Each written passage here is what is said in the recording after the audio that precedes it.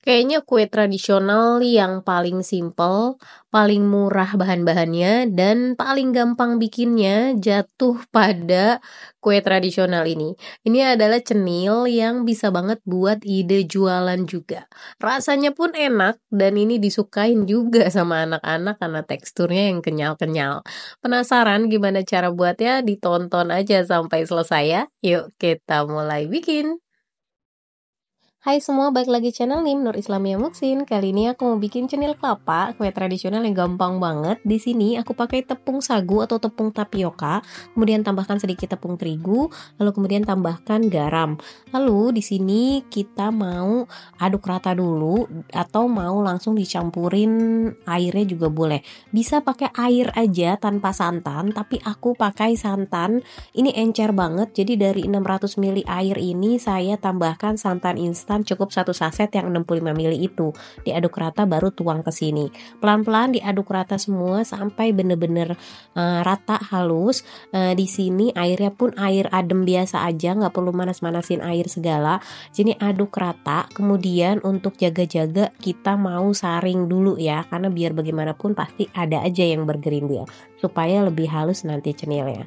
Di sini disaring, kemudian setelah disaring baru nanti kita ke step berikutnya.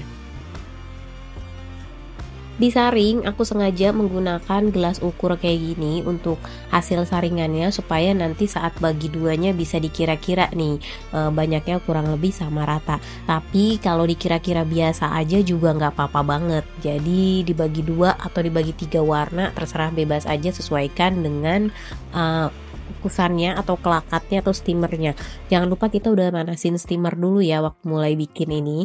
Dan setelah disaring kayak gini, tadi juga sisa saringannya juga kita ratain supaya tercampur semua dan dibagi 2. Baru kemudian kita mau tambahkan pewarnanya. Untuk warnanya bebas sesuai selera. Aku mau pakai merah dan hijau aja, cukup 2 warna supaya sekaligus ngukusnya sekalian gitu, jadi nggak lama.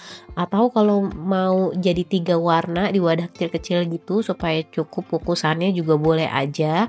Pokoknya bebas, bagian ini sesuai selera sih. Lalu setelah diratakan menggunakan 2 alat ngaduk yang beda supaya nggak kecampur warnanya, baru kemudian ini siap untuk nanti kita tuang ke loyangnya. Di sini aku pakai loyang dioles minyak, kemudian dialasi dengan plastik. Tapi kalau nggak ada loyang bisa juga kok pakai mangkuk keramik atau mangkuk kaca yang tahan panas ya, karena hati-hati pada saat dikukus takutnya kalau yang nggak kuat bisa pecah gitu wadahnya. Kemudian setelah gunakan minyak, dioles minyak, kemudian dialasi plastik, baru kemudian ini dituang adonan cairnya tadi sebelum nuang ke sini tuh aku aduk lagi, make sure aja supaya nggak ada yang mengendap.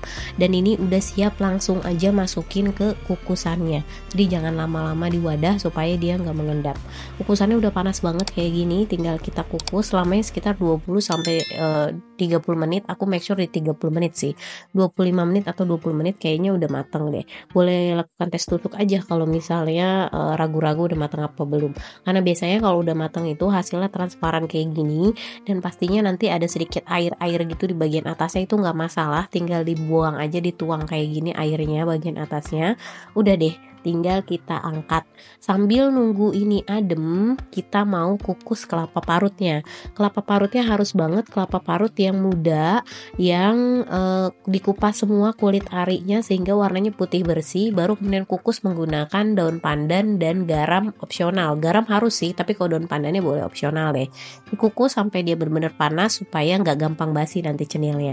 Setelah ini matang kan kita tuang nih ke semacam talenan atau alat yang memudahkan untuk kita potong-potong. Saat panas dia ini emang lembek banget, tapi begitu nanti udah adem dia akan lebih kenyal dan lebih sedikit mengeras.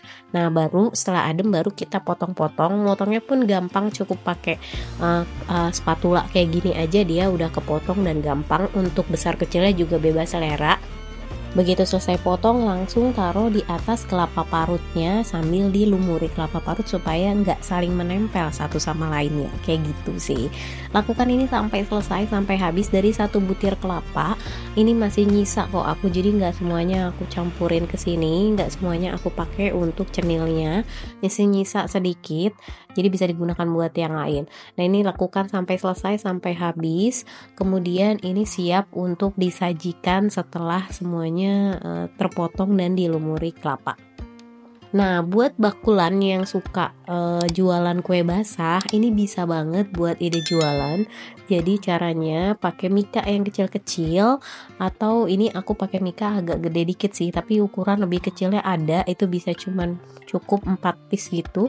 Itu bisa banget dijual dan ini awet nggak basi sampai besok pun aku pagi masih nyisa dan nggak basi. Aku bikinnya siang sampai besok paginya nggak basi karena kukusnya kelapanya pun mateng sampai bener-bener panas, dan bagian kita nyusunnya kayak gini pakai sarung tangan plastik sehingga nggak gampang basi ya. Dan ini bisa banget disajikan dengan ditaburi dengan gula pasir atau pakai kinca. Kinca itu yang gula merah dilarutin dengan air, dimasak dengan air itu ya. Nah itu enak banget, jadi dimakan begini aja gurih, kenyal, enak, apalagi ditambahin pakai gula-gula kayak gini, gula pasir atau kincanya. Dan ini siap untuk dijual, sesuaikan dengan harga bahan produksi di daerah masing-masing ya. Jadi gimana, gampang kan? Selamat mencoba ya. Jangan lupa juga untuk subscribe, like, komen, dan share video ini biar kita makin semangat upload video berikutnya. Thank you for watching, bye bye.